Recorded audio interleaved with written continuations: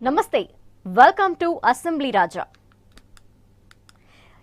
నియోజకవర్గాల వారీగా పోలింగ్ సరళిని విశ్లేషించే కార్యక్రమం అసెంబ్లీ రాజాకి స్వాగతం. ముందుగా శ్రీకాకుళం జిల్లా ఇచ్చాపురం నియోజకవర్గంలో పోలింగ్ సరళిని బట్టి పార్టీల అంచనాలు ఏ విధంగా ఉన్నాయో ఒకసారి పరిశీలిద్దాం. ఇచ్చాపురం నియోజకవర్గం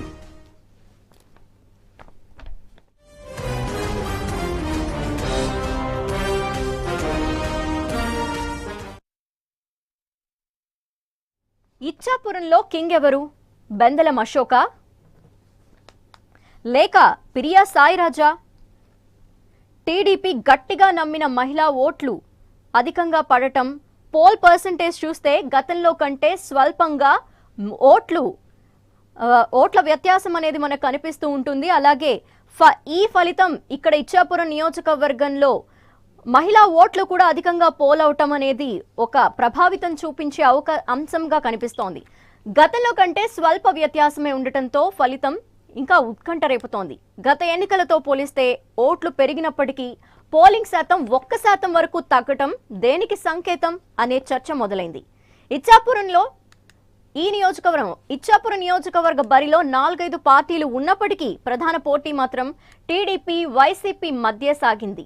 పాత ప్రత్యర్థుల మధ్య సాగిన పోటీలో విజయం ఎవరిని వరిస్తుంది అనేది ఆసక్తి రేపుతోంది. ఇక్కడ టీడీపీ నుంచి బెందలం అశోక్, వైసీపీ నుంచి పిరియా సాయిరాజ్ నువ్వా నేనా అన్నట్టు తలపడ్డారు. ప్రచారంలోనూ తమదైన శైలితో ముందుకెళ్లారు. ఇక ఇచ్చాపురం నియోజకవర్గంలో పూర్తిగా పోల్ అయినటువంటి పర్సంటేజ్ ని ఒకసారి గమనిస్తే ఈ నియోజకవర్గంలో ఓట్ల సంఖ్య 2014, 2019లో ఉన్న వ్యత్యాసాన్ని కూడా ఒకసారి క్షుణ్ణంగా పరిశీలిద్దాం. పురుష ఓటర్లు 2014లో 1,13,774 కాగా 2019లో 1,21,224గా ఉంది. అలాగే మహిళా ఓటర్లు 2014లో 1,14,558 కాగా మహిళా ఓటర్లు కూడా 2019కి పెరిగి 1,24,984గా ఉంది. అలాగే పోలింగ్ శాతం 2014లో 71.58% కాగా 2019కి 1% తగ్గి 70.15గా ఉంది. పోలైన పురుష ఓట్లు 71,082 కాగా 77,418గా 2019లో ఉంది. అలాగే మహిళా ఓట్లు పోలైన శాతం చూస్తే 2014లో 89,369 కాగా 2019లో 95,311గా ఉంది. అలాగే ఇచ్చాపురంలో పోల్ స్ట్రాటజీని ఒకసారి గమనిస్తే గత ఎన్నికలతో పోలిస్తే ఈ నియోజకవర్గంలో పెరిగిన ఓటర్ల సంఖ్య అనేది ప్రభావితం చూపించే అంశంగా కనిపిస్తోంది. అలాగే కొత్తగా 42,000 ఓట్లు నమోదయ్యాయి. మరొక అంశాన్ని చూస్తే గత ఎన్నికలకు ప్రస్తుతానికి పోలింగ్ లో తేడా 1% మాత్రమే ఉంది. అది కూడా 1% తగ్గినట్టు తెలుస్తోంది. గత ఎన్నికల కన్నా పెరిగిన మహిళా ఓటర్ల చైతన్యం కూడా ఈ నియోజకవర్గంలో ప్రభావితం చూపించే అంశం. అలాగే గతంలో 71.58% పోలింగ్ నమోదైతే ఈసారి అది 70.15%గా నమోదైంది.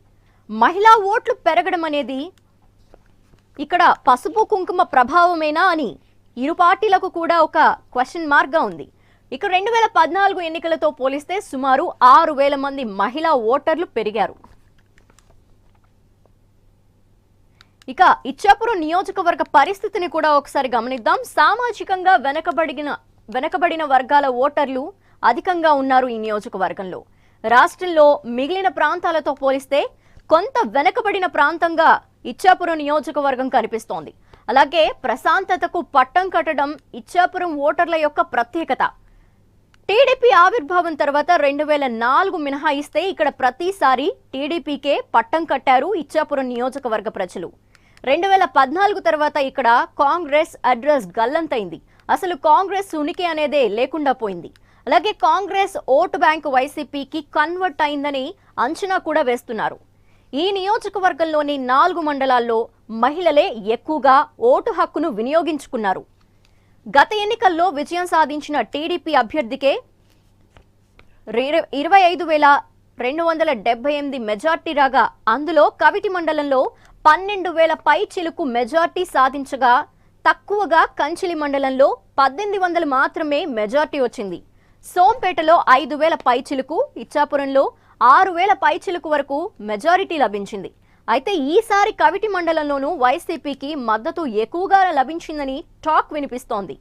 4 మండలాల్లో 3 చోట్ల వైసీపీకి మెజారిటీ ఉందనేది స్థానికంగా నడుస్తోన్న చర్చ.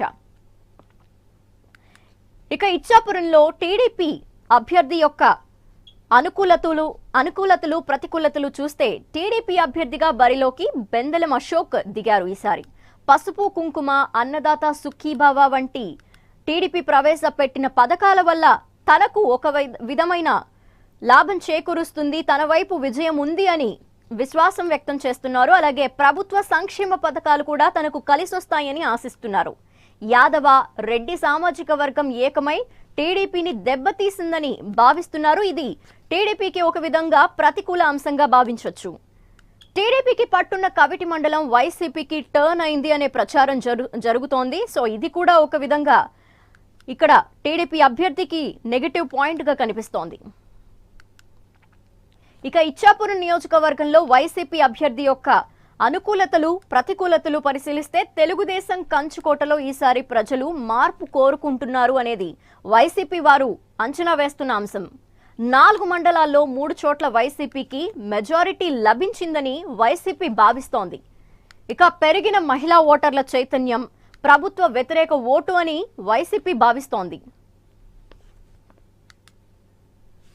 ఇది ఇచ్చాపురం నియోజకవర్గానికి సంబంధించిన డీటెయిల్స్. చిన్న